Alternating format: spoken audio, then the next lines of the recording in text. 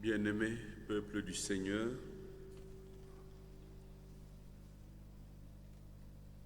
en ce troisième jour de silence et de méditation devant la face du Seigneur, nous sommes appelés à réfléchir au sujet de la puissance du sang de Jésus avec un prisme sur la nouvelle alliance.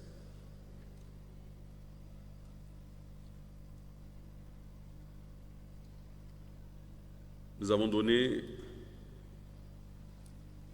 3 textes. Et ces 3 textes semblent dire la même chose. Mais comment comprendre la nouvelle alliance sans passer par l'ancienne? C'est là la problématique. Pour relever les limites de l'ancienne alliance, afin de voir cette perspective qu'offre le sang puissant de Jésus. Voilà le travail pour lequel nous avons été sollicités pour qu'ensemble, en cette 3e journée, nous partagions, nous arrivions à comprendre et à sonder les Saintes Écritures. Il faut relever qu'au mont Sinaï, le peuple est délivré et entre dans une alliance avec Dieu et célèbre ainsi à Yahweh un culte qui devient au centre de la religion nationale. Devant le buisson ardent, Yahweh se révèle à Moïse dans tout son ensemble, surtout au sujet de son peuple choisi, Israël. Il veut sortir ce peuple de la captivité égyptienne pour aller l'installer sur la terre promise à Canaan. Car Dieu se choisit ce peuple pour faire de Israël son peuple.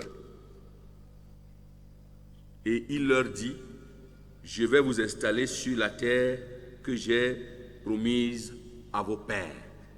Quand vous allez lire dans le livre de Genèse, chapitre 12, verset 7, Genèse 13, verset 15, vous trouverez ces déclarations.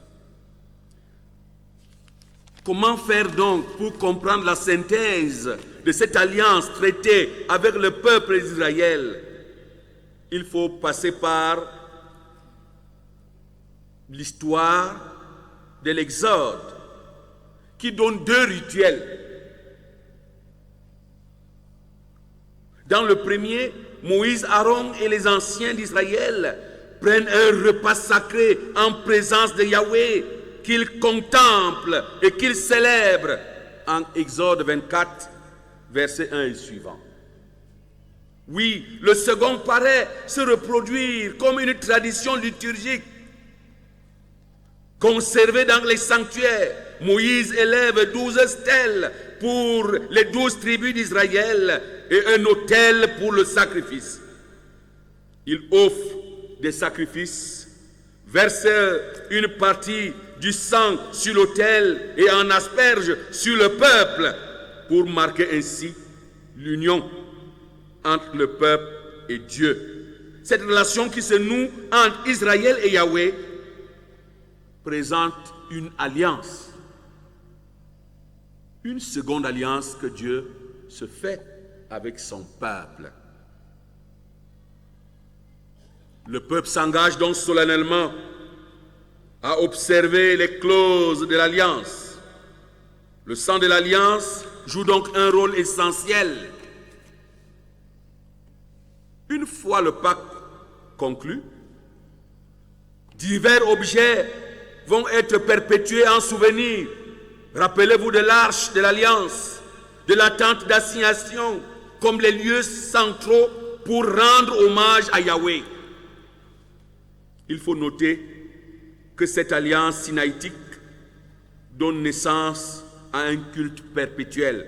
C'est à partir de cette alliance sinaïtique que le peuple commence à chanter des louanges à Dieu à un lieu précis et de manière perpétuelle. Et cela se raconte de père en fils. Elle révèle de façon définitive le dessein de Dieu pour le salut. Dieu veut s'attacher les hommes. Il veut que les hommes viennent à lui. Une communauté cultuelle vouée à son service, régie par la loi, dépositaire des promesses que Dieu réalise ou prononce. Dans le Nouveau Testament, il y a une réalisation de la plénitude de ce projet divin. Au Sinaï, la réalisation commence, mais elle reste à plusieurs égards ambiguë et imparfaite. Sa forme contractuelle semble lier le dessein du salut au dessein historique d'Israël. Il risque de faire apparaître que le salut est comme le salaire d'une fidélité humaine, comme pour dire, pour que nous accédions au salut, il faut avoir été fidèle à la loi. Ça, c'est l'alliance sinaïtique. C'est la loi qui doit être au cœur de tout. C'est la loi qui doit commander tout, même si notre vie n'a rien à voir avec notre relation avec Dieu. Si j'observe la loi, ça va. Si je méprise mon prochain, ça ne dit rien. Et il y a une autre chose de la limite de cette alliance. Elle va se limiter seulement au peuple d'Israël, seul, comme une nation choisie par Dieu. Où sera alors l'universalité du salut? Si c'est le peuple seulement d'Israël qui est choisi. Ou alors, c'est le peuple d'Israël qui sera comme le conducteur et les autres comme des suivistes. Nous constatons qu'avec cette alliance, il y a certainement quelques limites. C'est pourquoi, lorsque vous lisez le Nouveau Testament, le règne de Dieu en Israël se fait étendre sur des nations païennes. Si vous avez un temps soit peu lu l'histoire de l'entrée de Jésus à Jérusalem, on fait mention des Grecs qui viennent à la rencontre et ils se rapprochent de deux disciples qui ont des noms ayant un trait grec, André et Philippe. C'est eux qui disent, nous voulons aussi voir Jésus. Nous voulons le voir parce qu'on a entendu qu'il a ressuscité Lazare. On a entendu qu'il a fait... Nous voulons le voir. Vous comprenez qu'avec Jésus, on ne se limite plus aux frontières d'Israël seulement, mais on va au-delà des frontières d'Israël. Dans les récits, surtout sur la Sainte Seine, célébrée par Jésus, dans un contexte important et unique, il dit, après avoir pris le pain et l'avoir distribué, il disait, prenez et mangez, ceci est mon corps. Jésus prend la coupe de vin, la bénit et la fait circuler. La formule la plus brève est celle que nous avons prise chez Marc. Ceci est mon sang, le sang de la nouvelle alliance, qui va être répandu pour une multitude. ce sang va être répandu pour une multitude. Il ne s'agit plus d'une classe de personnes ou d'un peuple réservé. Il s'agit là d'une ouverture. Le sang de Jésus ne fait donc plus exception de personne et appelle une multitude. Je l'ai dit, Marc, Luc et Paul, comme nous l'avons lu dans 1 Corinthiens, chapitre 11, verset 25, montrent que les paroles prononcées par Jésus relient l'acte à la parole. Au moment où Jésus atteint le point culminant de sa vie, il dit, ceci est mon corps, ceci est mon sang. Et chez Paul, il dit, faites cela en mémoire de moi, pour perpétuer. La mort acceptée librement pour la rédemption de la multitude. On comprend alors que la mort de Jésus, son sang, est un sacrifice expiatoire. C'est par là qu'il devient le médiateur de l'alliance nouvelle que laissaient entrevoir les messagers de l'Ancien Testament, que ce soit Ézéchiel ou Jérémie. La mort de Jésus, son sang, montre que le sang des animaux n'a plus de place. Il devient donc le sacrifice suprême, le nouveau don de sang. Il réalise efficacement une union définitive entre Dieu et les hommes.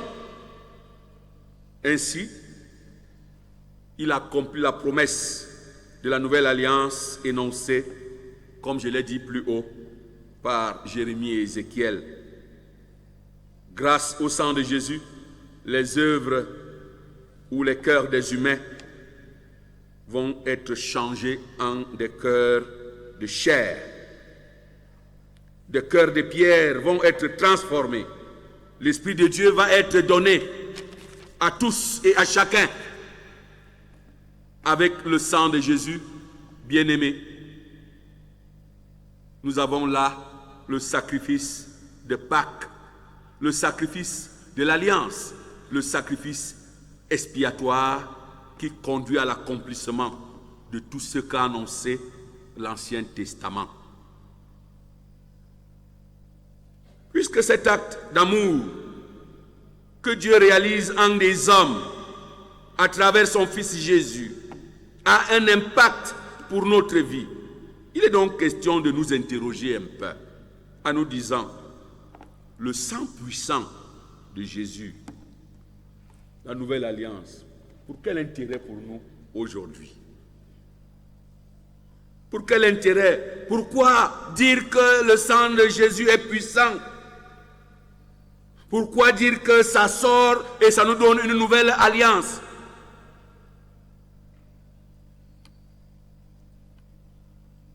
Lorsque vous lisez attentivement la première épître de Paul aux Corinthiens, chapitre 11, verset 25, vous constatez que c'est par la participation eucharistique réalisée avec foi que les fidèles seront unis de façon la plus étroite au mystère de l'alliance nouvelle et qu'ils bénéficieront de toutes les grâces que le Seigneur accorde à ses enfants. Allez devant la table du Seigneur avec foi, pas comme un simple devoir. Allez devant la table du Seigneur avec la conviction que les choses anciennes sont passées et voici toutes choses sont devenues nouvelles. C'est à ce moment que le sang puissant de Jésus réalise en chacun et en chacune de nous cette nouvelle alliance. Dans la nouvelle alliance, bien-aimé, l'homme se trouve donc enfoncé dans l'amour de Christ, dans l'amour divin, et il comprend désormais que l'Esprit lui-même rend témoignage à notre esprit que nous sommes enfants de Dieu. Quand vous êtes enfant de Dieu, l'Esprit lui-même vous parle en intérieur. C'est l'être intérieur qui est en relation avec Dieu. Il ne s'agit plus donc de l'être extérieur. Parce que la plupart de nous, il nous arrive de marcher comme si nous ne pouvons pas écraser un 1000 pattes. On a une vue extérieure de moine, alors que notre intérieur bouillonne. Et c'est de ça qu'il s'agit. Dieu est amour.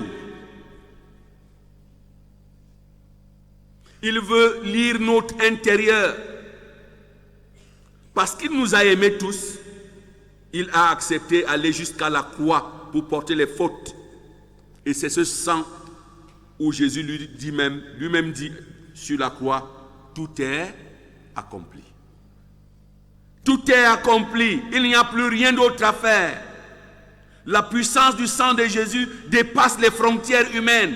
On n'est plus en Israël, on n'est plus avec le peuple juif, mais il y a là le salut qui est offert à tous. Dieu s'ouvre à tous les hommes et il leur accorde à tous le salut. Avec la nouvelle alliance, nous voyons le véritable visage de Dieu qui nous tire de la misère et de la domination sous toutes ses formes. Je dis bien, avec la nouvelle alliance, nous voyons le véritable visage de Dieu qui nous tire de la misère et de la domination sur toutes ses formes. Au nom de Jésus, tout genou fait comment? Fléchit. Si nous voulons lutter contre les forces des ténèbres, vous n'avez pas besoin d'aller chercher des incantations, des invocations. Devant le sang de Jésus, tout genou fléchit. Vous comprenez que dans l'ancienne alliance, il fallait faire des sacrifices et des sacrifices. Chaque fois qu'il y avait une faute ou un acte posé négativement, correspondait à un sacrifice. Alors qu'avec Jésus, son sang a lavé, le sang a purifié, le sang a libéré.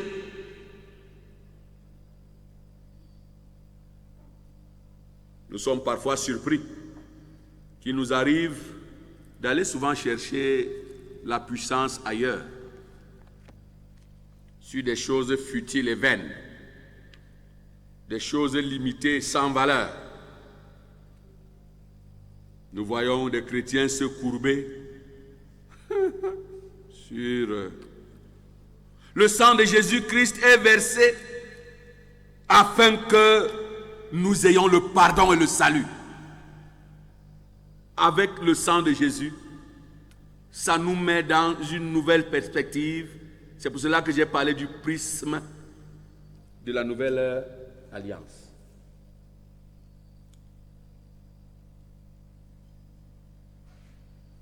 Et je crois qu'il y a un cantique. Le sang de Christ. Ah, merci. C'est vous qui chantez, non? Ce chant retentit en tout lieu, le sang de Christ. Vous chantez seulement. Vous ne faites pas confiance au sang puissant de Jésus qui est capable de vous sortir de la misère et de la domination.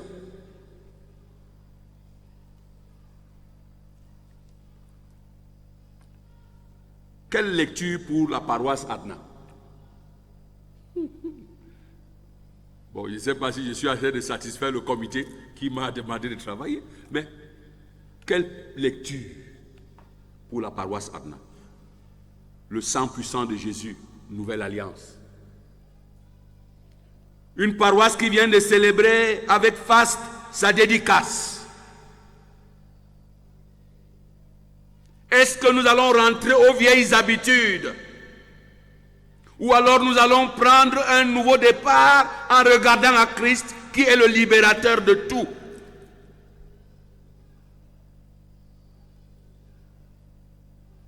allons-nous comprendre que notre entrée dans ce temple est une sorte de nouvelle alliance dans notre relation et dans notre communion avec Dieu.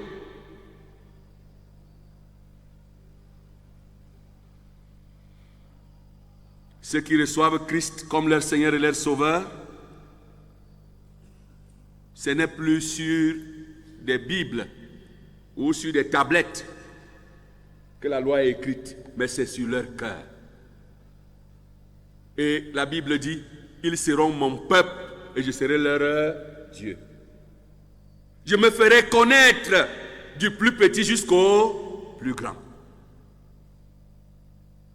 Oui, mes frères et sœurs, peuple du Seigneur, parler donc de la puissance de Jésus ou de la puissance du sang de Jésus nous montre que la perspective que donne Jésus à travers le sacrifice de son sang nous met dans une nouvelle dimension, dans une nouvelle relation avec Dieu.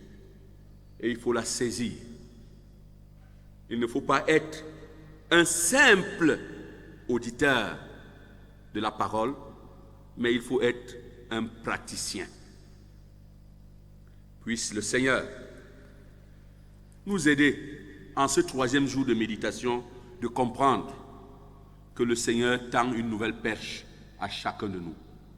Nous avons déjà célébré plusieurs Pâques, mais aujourd'hui le Seigneur te dit, le sang de Jésus est puissant. Il veut établir une nouvelle alliance avec toi. Si tu entends la voix du Seigneur, n'endurcis pas ton cœur. Amen.